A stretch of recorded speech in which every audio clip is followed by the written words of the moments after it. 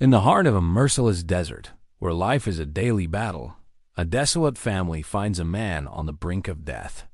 They save him, unaware that this act of selfless kindness would weave a destiny that would change their lives forever, a fate they could not imagine even in their worst nightmares. The relentless Texas sun scorched the small wooden cabin, its golden fury burning every crack and the parched earth around it. Inside, Sarah, a young widow in her early 30s, battled the dust that seeped into every corner, a daily struggle as fruitless as her fight against poverty. Her children, little Ethan, 6, with his curious, intelligent eyes, and sweet Lily, 4, with golden curls and a smile that was the only light in Sarah's life, played with sticks in the yard. Robust fences, even parched pastures, and an imposing 2-story mansion with elaborate verandas stood out in the arid landscape. Her eyes, once bright and curious on the rare occasion she was challenged, now reflected only the coldness of her ambition, yearning to inherit the vast fortune and the power that came with it. She was already planning the life she would have, the lands she would acquire, the possessions she would accumulate, and the status she would achieve in Texas society once old Elias finally passed away. Her mind was filled with schemes to expand the Miller empire, crushing anyone who dared to stand in her way. The patriarch, Elias Miller, a cold-hearted man known for his ruthlessness, was confined to his vast bedroom, battling a mysterious illness that the town's doctors, men of limited scientific understanding in the Wild West, could not identify. His defined muscles, shaped by years of hard labor, and his keen gaze, which captured every detail of the horizon, revealed a man of few words but deep character. Sarah, trapped in poverty and the responsibility of her children, fought for survival, the hope of a miracle increasingly distant, almost a mirage in the desert.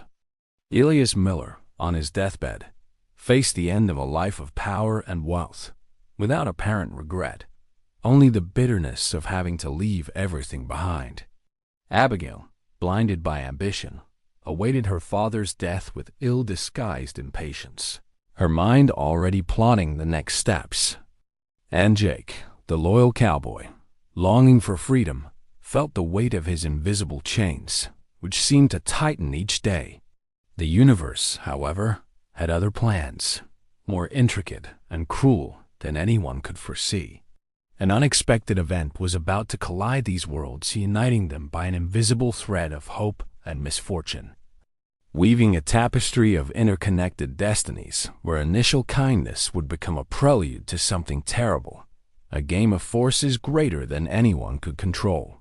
The story was just beginning, and the desert, silent and relentless, seemed to guard its darkest secrets, about to reveal them brutally. An orphan since childhood, Jake had been taken in by Elias Miller as a boy, with the promise of a better life in exchange for his unquestioning loyalty. However, time revealed to Jake that he was a gilded cage prisoner, trapped by Miller's greed and arbitrary commands. He had witnessed acts of cruelty and injustice by Elias, from the expropriation of small properties to the brutal treatment of his employees. Each of these acts corroded his soul, fueling a growing desire for freedom. He dreamed of one day being truly free, having his own piece of land, cultivating something of his own, and perhaps a family to call his own. He imagined a future where the sweat on his brow was solely for his own benefit, and not to enrich a man who knew nothing of compassion. Whispers of a curse or a terminal illness brought from distant lands circulated among the servants, who avoided their master's room as if death itself hovered there. They were oblivious to the worry that haunted their mother's gaze, to the line of fatigue that deepened each day between her eyebrows. Her husband's death 6 months ago not only took her love, but also left them with almost nothing but mounting debts and a dilapidated ranch. This year's harvest was miserable. The few dry ears of corn weren't worth the effort of gathering, and the small flock of chickens barely sustained the family, producing insufficient eggs for sale or daily meals. The drought, which had lasted for months, had transformed what was once a promising ranch into a barren piece of land. Water was a commodity more precious than gold, rationed drop by drop, and Sarah even dreamed of the rain that refused to fall. Every dawn, she felt the weight of the world on her shoulders, the overwhelming responsibility to protect her children from the hunger and misery that surrounded them. Nights were spent sleepless, her rough fingers mending torn clothes, stretching the few remaining corn kernels to make thin gruel. Or simply sitting in silence, listening to the wind whistle through the cabin's cracks, a melancholic soundtrack to her hopelessness. Sarah knew they needed a miracle to survive, but faith, once a refuge, now seemed like a flickering candle about to go out. Nearby, about 2 hours by horseback, the Miller Ranch flaunted an almost obscene prosperity in stark contrast to the desolation engulfing the region. His only daughter, Abigail, an haughty and spoiled young woman in her early 20s, with dark hair and icy eyes, was more concerned with her father's will than with his recovery. On the neighboring ranch, not only owned by the Millers, but expertly managed by him, the young cowboy Jake, in his early 20s, cared for the horses with enviable dedication. Life seemed to follow its relentless course, charting distinct destinies for each of them. Hunger gripped little Ethan and Lily's stomachs with a pain Sarah knew well, but which became unbearable to witness in her children. With a broken heart and a throat parched by anguish, she realized she had to try something desperate. There were persistent rumors of a small seasonal creek several miles away in a little explored area of the western lands, a place where water appeared only on rare occasions of rain, but which, if active, could be their only salvation. Perhaps there they could find a source of uncontaminated water and, who knows, hunt a small animal for food. When hope seemed about to vanish, when her muscles ached and her vision blurred from exhaustion, Ethan, with his curious child's eyes, pointed to something in the distance, a dark blur amidst the rocks and sun-scorched scrub. "Mommy, look! It's a man!" Sarah squinted, trying to focus, and saw a fallen figure, almost imperceptible amidst the stones and burnt brush. As they approached, the scene was shocking. A young, muscular man lay unconscious under the scorching sun, with severe and visible injuries on his arm and leg. His clothing, once of good quality, was torn and dusty. His skin was burned by the merciless sun, and his lips were cracked and parched. It was Jake. He had been attacked by a wild animal, a hungry and audacious coyote, while searching for the missing foal, and in his attempt to escape, fell from a small cliff, breaking his leg and suffering a deep cut on his arm. The agonizing pain made him faint, and dehydration quickly brought him to the brink of life. It was a risky gamble, almost suicidal, given the heat and distance, but the alternative was slow and painful starvation. Her maternal instinct and kind heart overcame the paralyzing fear. "Let's help him, my children," she said, her voice hoarse but firm. With the help of the children, who carried small branches and dry leaves with the seriousness of a mission, they improvised a precarious shade over Jake's body.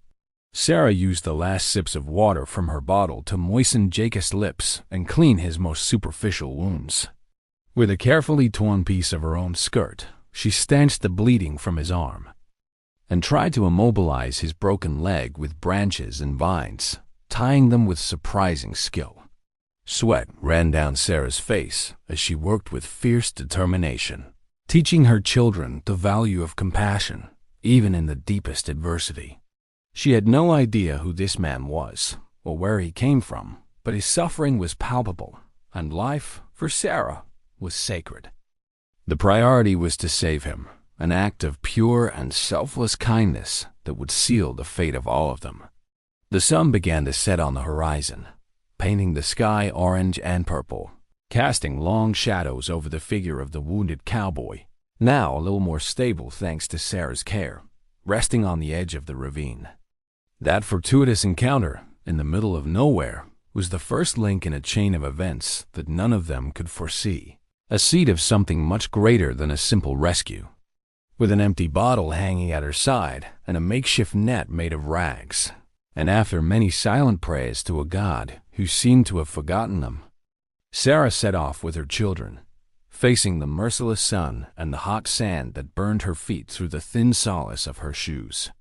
The walk was exhausting, and the children, though brave, began to show clear signs of fatigue and dehydration. Lily, with her small hand clutching her mother's skirt, stumbled frequently, and Ethan, trying to be strong, dragged his feet, his breath short. Sarah encouraged them with stories of rivers full of fish and trees laden with fruit, promises of a better future, while thirst burned her own throat, and her lips became more chapped with each step. Meanwhile, at the Miller Ranch, Ilias's condition worsened daily. His body was weaker, and his mind, once sharp, now wandered between reality and feverish delirium. Abigail, increasingly impatient with her father's delay in dying, frantically sent messengers to town in search of executors and lawyers. She ignored the growing apprehension of the servants, who whispered about the daughter's cruelty and the father's inexplicable illness. Jake, observing Elias's decline with a mixture of compassion for seeing him suffer and repulsion for all the evil the old man had done, felt a strange premonition. He knew something was about to change, and not for the better. He spent his days caring for the horses, his only solace, and wondered about the whereabouts of one of the newborn foals that had mysteriously disappeared a few days earlier. The foal was a valuable animal, a purebred that Elias prized, and its absence left Jake uneasy, feeling responsible. Sarah's journey led them along a rocky and desolate path, where every stone seemed like a trap. Despite her own weakness and the imminent danger of being alone in the desert with 2 children and a wounded stranger, Sarah did not hesitate. As dusk rapidly approached and the desert, as danger increased by the minute, the distant howls of coyotes could already be heard. Sarah realized she couldn't leave Jake there to die. The idea of carrying him back to the cabin, miles away, was terrifying and seemed impossible. But the alternative, abandoning him, was unthinkable for her spirit. With the surprising help of Ethan, who, despite his age, showed unusual strength and determination, and little Lily pushing one of Jake's knees, his eyes, now clearer, met Sarah's, filled with genuine gratitude and a newfound respect. The revelation that he was one of the Millers, even if only an employee, added an unexpected layer of complication to the widow's already difficult situation. Sarah feared reprisals if they discovered she was harboring one of theirs, especially given the Miller's reputation. However, her compassion outweighed her fear. She could not, in good conscience, leave him there to die. "You will stay with us until you recover," she decided, with a firmness that surprised herself. "But we need to be careful. The Millers are not men who forgive easily." This decision, made in a moment of pure kindness, sealed the fate of Sarah and her children in a way they could never have imagined. The twist was not just Jake's arrival in their lives, but his true identity and the secret he, unconsciously, carried. That small amulet, so carefully kept by Jake since childhood, would be the key to unraveling a much larger mystery, a mystery that would change all their lives forever, for better or worse. The invisible thread connecting Sarah to Jake and Jake to the Millers was about to tighten, pulling them towards an inevitable destiny. You saved me," he whispered, his voice hoarse and faint. Sarah, with her innate simplicity and kindness, simply nodded. "You need help. Your leg is broken, and you have a deep cut." Jake then began to tell his story, hesitant at first, as if each word was a burden, but then with growing confidence. He revealed himself to be Jake, the Miller cowboy, and explained that he had been severely injured while searching for a missing foal. He did not mention his true relationship with the Miller family or what was happening at the mansion, but the way his eyes closed in pain when he spoke of Elias Miller gave Sarah a glimpse into the complexity of his situation, of a pain that went beyond the physical. He also revealed a small amulet he carried with him, an ancient silver locket with a strange symbol engraved on it, which he said belonged to his biological mother, being his only link to the past. Jake's story, an orphan who had been raised by a cruel man, touched Sarah's heart.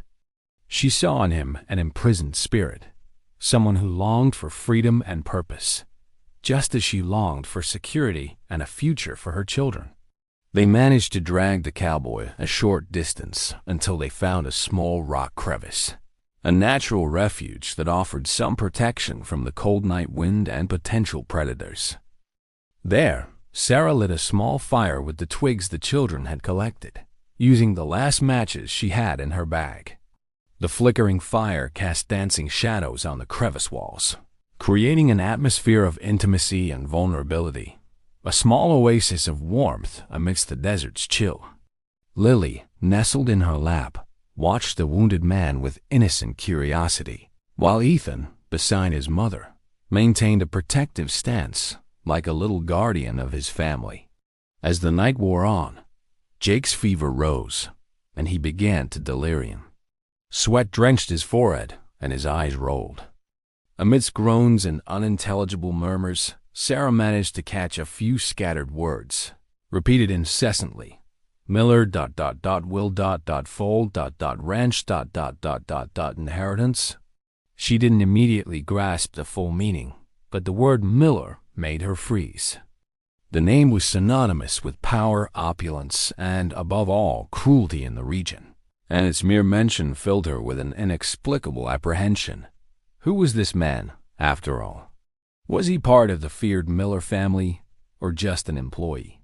The idea of having a member of that family, even if wounded and helpless, in her care, deeply disturbed her.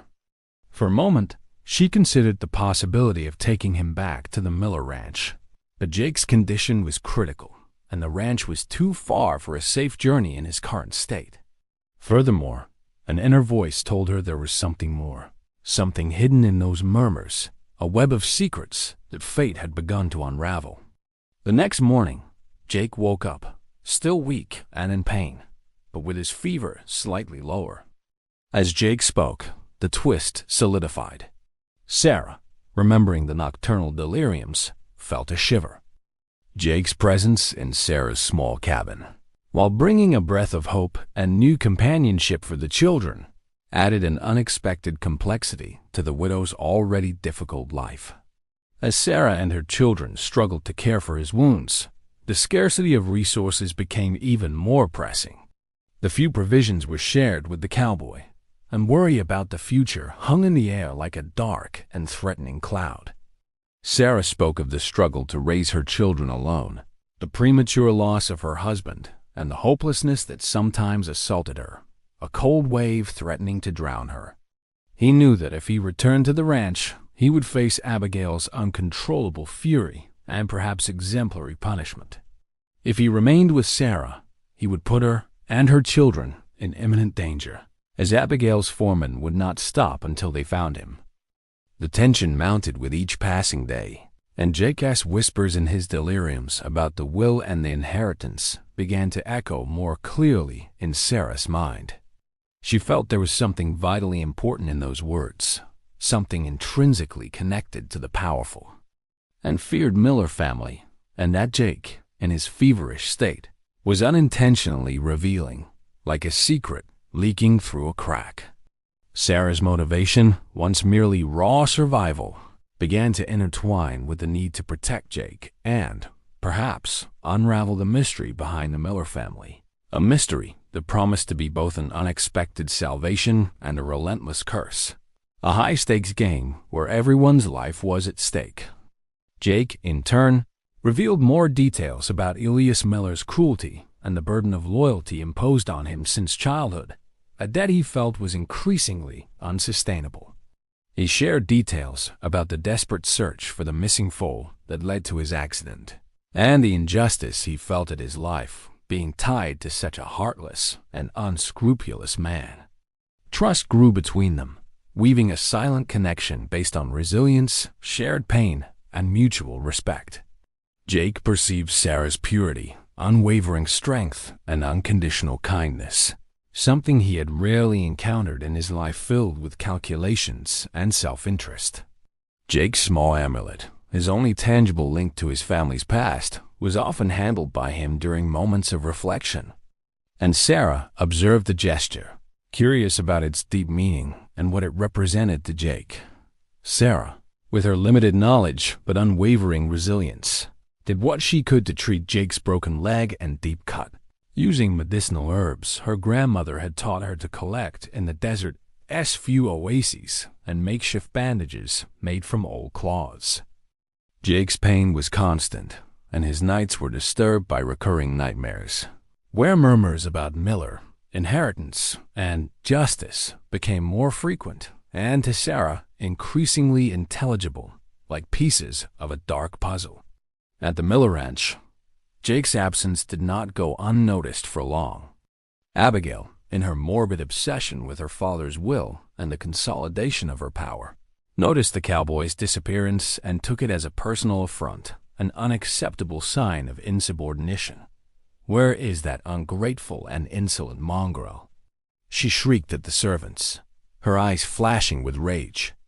She feared Jake might be conspiring against her, or worse, that he had fled with something of priceless value from the ranch, perhaps documents or jewels.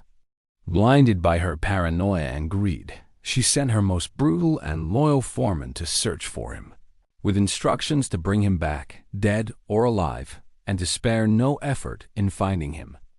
The atmosphere at the ranch grew increasingly tense, with Elias Miller languishing on his deathbed, a constant reminder of life, as fragility and the imminence of change, and Abigail's greed becoming unbearable for those around her who barely dared to look her in the eye.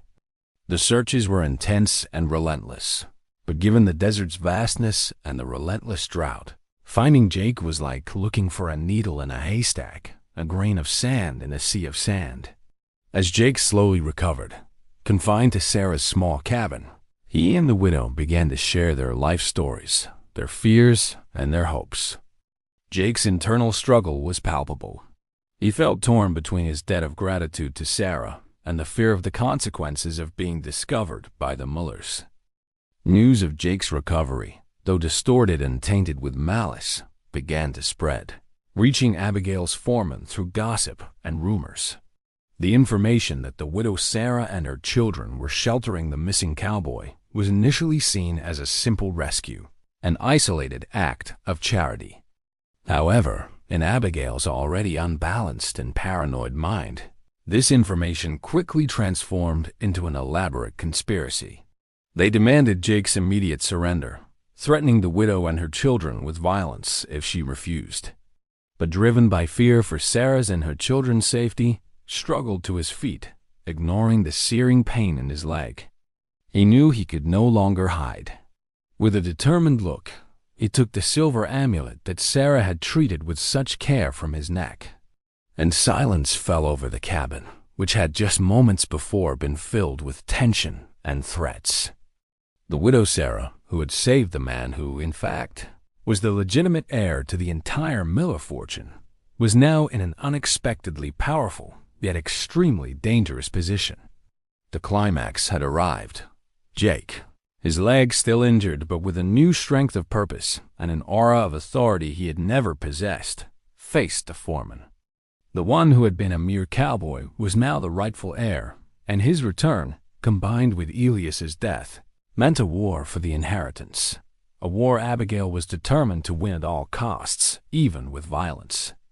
The fate of the widow and her children, which was once mere survival, had become irrevocably intertwined with the Miller's power and greed. The afternoon sun, filtering through the cabin's cracks, hit the locket, revealing an almost imperceptible engraving of a coat of arms. Sarah, seeing the coat of arms, felt a shiver run down her spine. It was the Miller family crest. Not the official, pompous crest she knew, but an ancient, almost forgotten symbol, which she recognized from stories told by her grandmother about the family's origins. A crest representing a secret lineage within the Millers. Sarah, with a courage she never knew she possessed, and driven by the instinct to protect those she loved, refused to surrender Jake, claiming he was severely injured and needed continuous care. The resemblance between Jake and the young Elias Miller in old portraits Sarah had once seen in town. The same symbol on the locket she had so carefully preserved, and the whispered stories of Elias Miller's younger brother, who had mysteriously disappeared in childhood and been presumed dead decades ago. Jake was not just a cowboy. He was Elias Miller Jr., Elias Miller's younger brother, the true and legitimate heir, whom everyone thought was dead. The amulet was irrefutable proof of his identity and his birthright, that it would not be fair to drag him to his death. She tried to reason, appealing to their humanity, but the foreman, loyal to Abigail and motivated by the promise of reward and fear of her wrath, would not listen. Tension reached its peak, and the men began to advance into the cabin, ready to use force. Furious and consumed by the certainty that she was being betrayed, she inferred that Jake was intentionally hiding, perhaps with Sarah's help, to plot against her. "How dare they harbor a fugitive, a traitor?" she shrieked, her voice shrill, echoing through the mansion's corridors, already seeing herself as the sole legitimate heiress. She ordered Jake to be brought back immediately, along with the widow and her children, who would be summarily punished for harboring a fugitive and conspiring against the Miller family. Abigail's intention was to publicly humiliate Jake, perhaps even execute him, and ensure he could not testify about her father's mental decline, or worse, interfere with her imminent and valuable inheritance. The fate of Sarah's small family was sealed, but they were still unaware of the extent of the danger surrounding them. On his deathbed, Elias Miller had a brief but incredibly clear moment of lucidity. His consciousness, which had been obscured for weeks by illness, returned for one last act of control, one last breath of his tyranny. He summoned his lawyer-suited, nervous men who felt uncomfortable in the presence of imminent death, and, with a faint but surprisingly firm voice, expressed his unwavering desire to modify the will. Abigail, who was present, dared not interrupt, but her eyes showed shock and dismay. He wanted to ensure that Jake, whom in his last moments he considered more of a son than Abigail herself, would be rewarded for his loyalty. Even more shocking, he wished that a significant portion of his vast inheritance be used to found an orphanage on the Miller lands, a charitable institution, instead of being completely squandered by his greedy daughter. However, before he could sign the newly drafted documents, a sudden fatal attack struck him.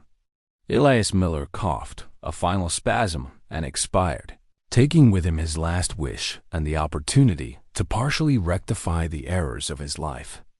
Abigail, with a macabre smile and a morbid satisfaction, grabbed the original will papers, ignoring the astonished lawyers and her father's still warm body, already thinking about how to get rid of any evidence.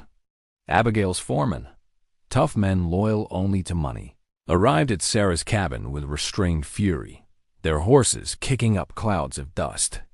It was at this moment of imminent despair that Jake, still weak, the truth, cruel and shocking, unfolded before them like lightning in a clear sky. The revelation hit like a bomb. The foremen stood in shock, their weapons slowly lowering.